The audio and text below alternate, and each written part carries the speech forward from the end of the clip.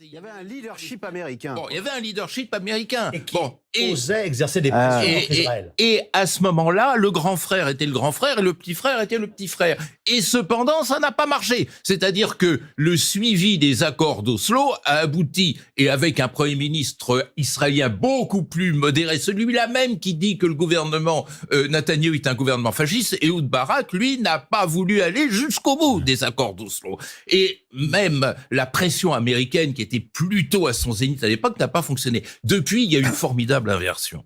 Et là, je suis en léger désaccord avec mon cher voisin. C'est que le rapport entre grand frère et petit frère s'est inversé. C'est-à-dire maintenant, c'est le petit frère qui commande au grand frère. Attendez, vous êtes en train de dire que c'est Netanyahou qui est le chef de la bande et Joe Biden même, quand qui n'ose plus rien dire. quand Barack Obama avait fait une toute petite prière au Premier ministre israélien disant « gelez les colonies ». Il ne demandait pas de les démanteler, de les geler, c'est-à-dire pas en ajouter d'autres. À ce moment-là, le Premier ministre israélien lui a claqué la porte au nez.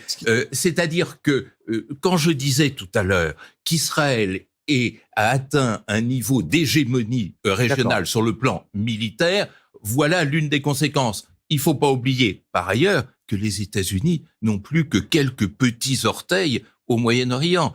Ils sont complètement absents de Syrie, ils sont absents d'Irak, ils sont partis d'Afghanistan. Donc ils sont encore moins en mesure d'imposer une Pax Americana. Et monsieur MBS leur a dit, vous savez, si vous demandez trop, je vous renverrai chez vous. Bon, le prince héritier d'Arabie Saoudite. Ça c'est fini, ça c'est terminé. La seule chose qui peut changer l'ordre des choses, c'est effectivement la pression sociale. Et ça, je pense que c'est une des... La pression sociale, c'est-à-dire la pression venant de la société palestinienne, qui en a assez.